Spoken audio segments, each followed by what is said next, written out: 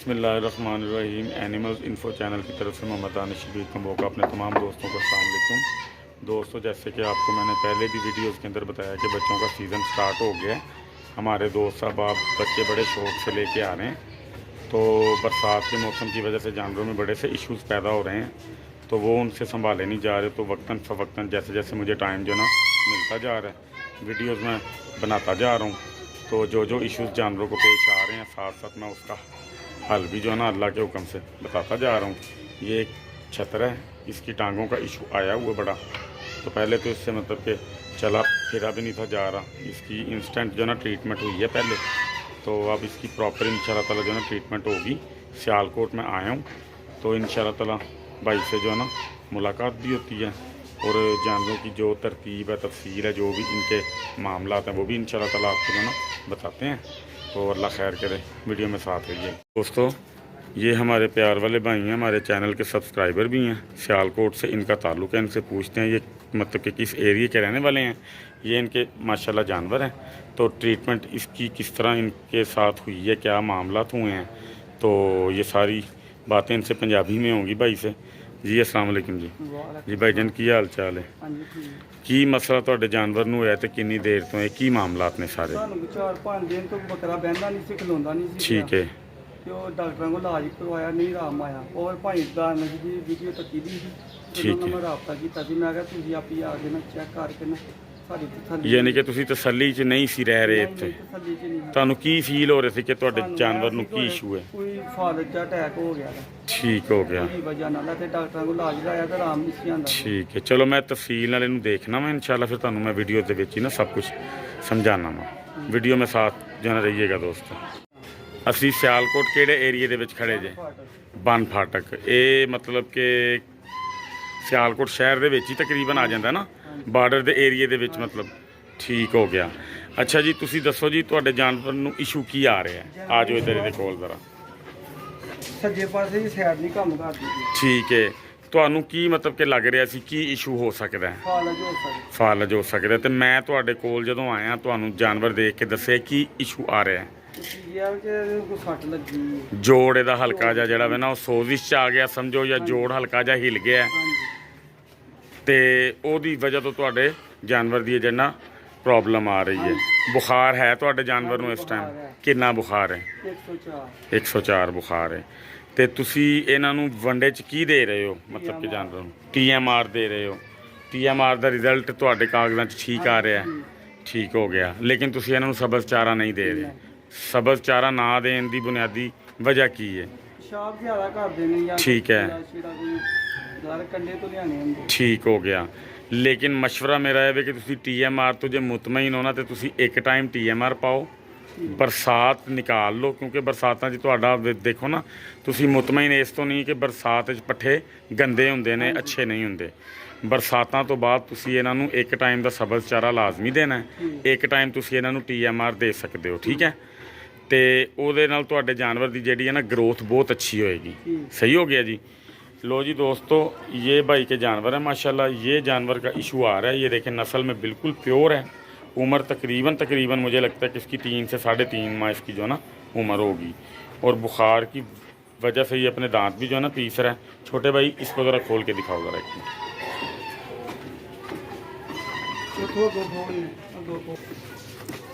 ये देखें जी दोस्तों, ये इसका सीन है। ये इस तरह जो है ना चल रहा है, तो कमज़ोरी की वजह से इसका ये मतलब कि हाल हुआ पड़ा है। तो खाता पीता तकरीबन थोड़ा बहुत ही खाना पीता है। ठीक हो गया। इंशाल्लाह ताला इसके बुखार का इलाज भी होगा, और इसके ये जो पेन हो रही है या जिस तरह ये वीक हो रहा है, दिन ब दिन ये वीक हो रहा है। ये देखें ज़रा, ये टांग जो है ना इसकी, ये इसका सीन जो है ना चल रहा है। ठीक है, अब इसकी ट्रीटमेंट होती है। बेटा इंजेक्शन वो वाला जो है ना लेके आओ ज़रा, फ्रिज वाला। तो मैं इसकी जो है ना भाईजान ट्रीटमेंट करके अपने दोस्तों को सबको दिखाता हूँ। तो इंशाल्लाह ताला भाएं ना है ना एक हफ्ते दे विच अल्लाह दे हुक्म नाल ठीक हो जाएगा।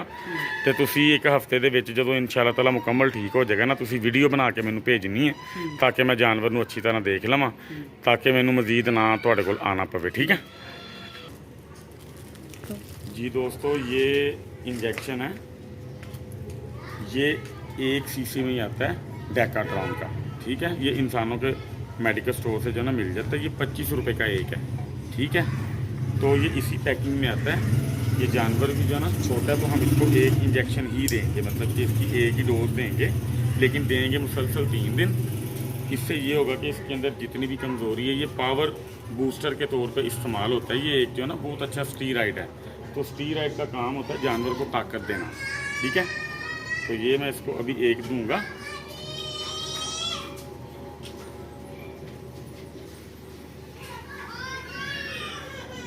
लो जी, ये देखो 1 सीसी तो हो गया ना, ये देखो, हाँ जी, ठीक है।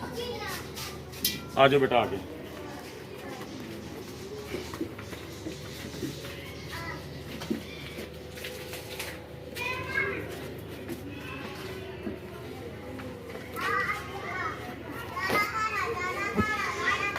पानी पी रही है, इधर आप पानी पी ले।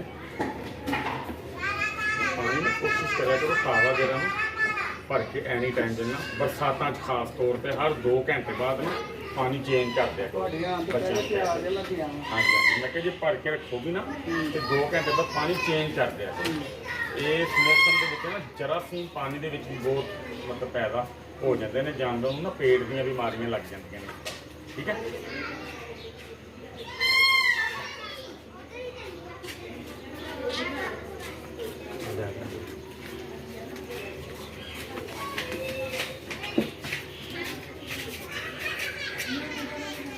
स्कैन करके ना देख लीदा होंगे ना हो रहा जी। ये सारा करके ना मार देना, ठीक है। ये किसी जगह ना 3 दिन मुसलसल इनू दे देना, चाहे सुबह टाइम दे दो चाहे दोपहर टाइम दे दो, लेकिन इंजैक्शन कोशिश करना है कि ठंडा हो जाए। गरम गरम तेल भी ना जरा जानवर में इन्फेक्शन हो सकता है या उन्हें ना घबरा पा सकता है। बच्चा छोटा है, ठीक है। इंजैक्शन दोनों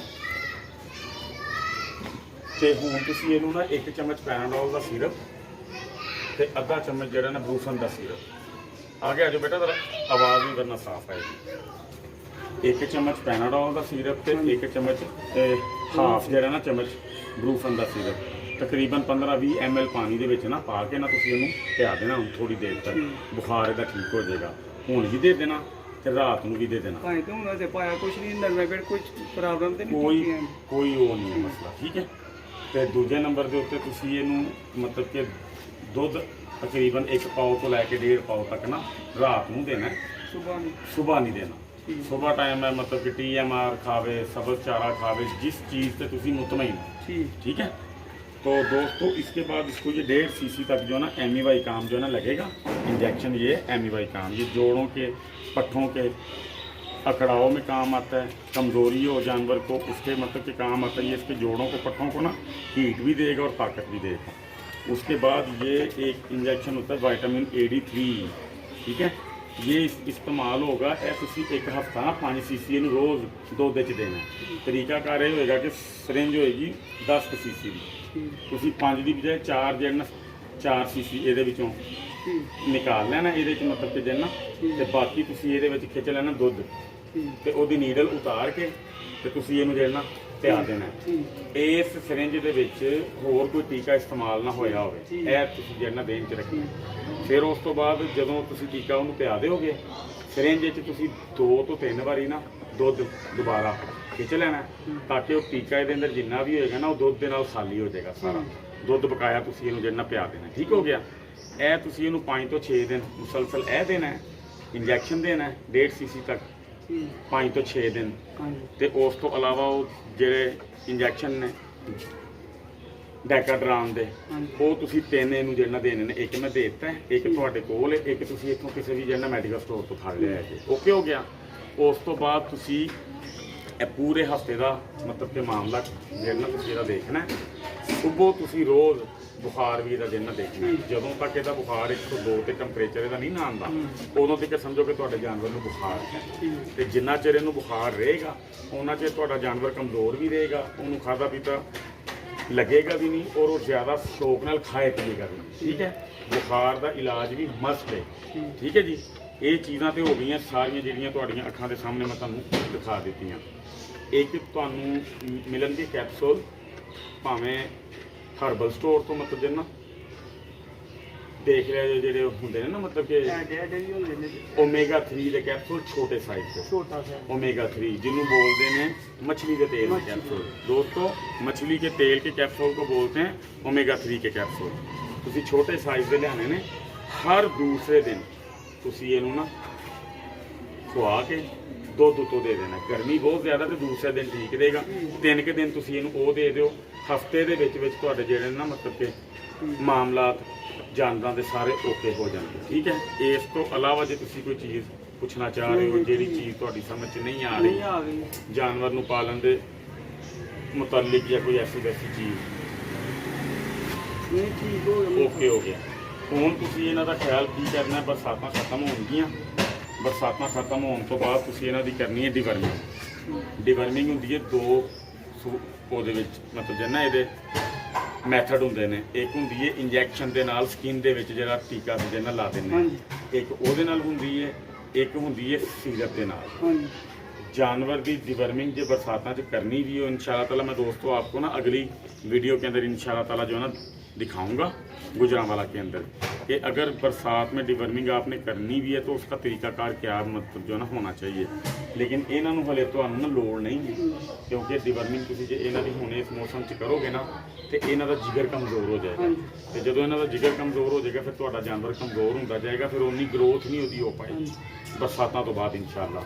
नाखून इन्हां दे तुसीं जदों तकरीबन कोई दो तो 3 माह बाद नाखून तुसीं इन्हां दे लाजमी जन्ना बनवाने ने। नाखून इन्हां दा एक ऐसा हिस्सा हुंदा है कि जिहदे उत्ते इन्हां दा जानवरां दा ना वेट खलोंदा है। जे इन्हां दे नाखून अच्छे नहीं होणगे बने या इन्हां दे नाखून खराब होणगे फिर जानवर ना वेट अपना मतलब ना रोक जाएगा, वो अपना वेट कर नहीं पाएगा। नाखून का तुसीं इन्हां दा खास जिहड़ा ना ध्यान करना है।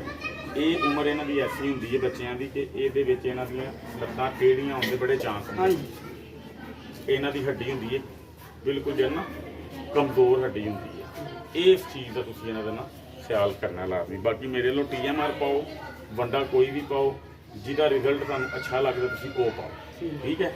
गर्व सानूं रिजल्ट नाल जानवर अच्छा पलना चाहिए लाजमी, लेकिन मशवरा है कि एक टाइम पर तुसीं बरसात तो बाद सब्ज़ चारा लाजमी करें। लेकिन जी दोस्तों ये तफसील सारी जो है ना समझा भी दी है आपको। तो इस तरह के जानवर का इलाज इस एज के मुताबिक इसी तरह अल्हम्दुलिल्लाह जो है ना होता है। 1 हफ्ते के अंदर अंदर जो है ना जानवर ओके हो जाएगा। बाकी ये माशाल्लाह नॉर्मल है, बिल्कुल ठीक हैं, खाते पीते बिल्कुल ठीक हैं, लेकिन इनकी जो है ना ग्रोथ के मामलात में तेल मसाला जो है ना मैंने भाई को दे दिया है, वो इंशाल्लाह ताला इस्तेमाल करेंगे। उनका फीडबैक भी इनसे जो है ना अल्लाह खैर करे हम हफ्ते बाद जो है ना लेंगे। तो उसी ना ਇਹਦਾ ਜਿਹੜਾ मसाला ਤੇ तेल ਜਦੋਂ ਇਸਤੇਮਾल ਕਰਨਾ करवाना है ना इनू तो महंगे का साइज भी हुण इन्हां दा जिन्ना देख लो। 1 हफ्ते बाद तुसीं मैनूं देख के दसना कि जुगाली इन्हां दी कितनी अच्छी हुई है और खुराक कितनी अच्छी तरह खा रहे हैं और उन्होंने हजम किस तरह जिन्ना कर पा रहे हैं। ठीक है। तो दोस्तों दुआओं की हमेशा की तरह आपसे दरख्वास्त है। अल्लाह ताला आप सबका हामी नासिर व अस्सलाम वालेकुम।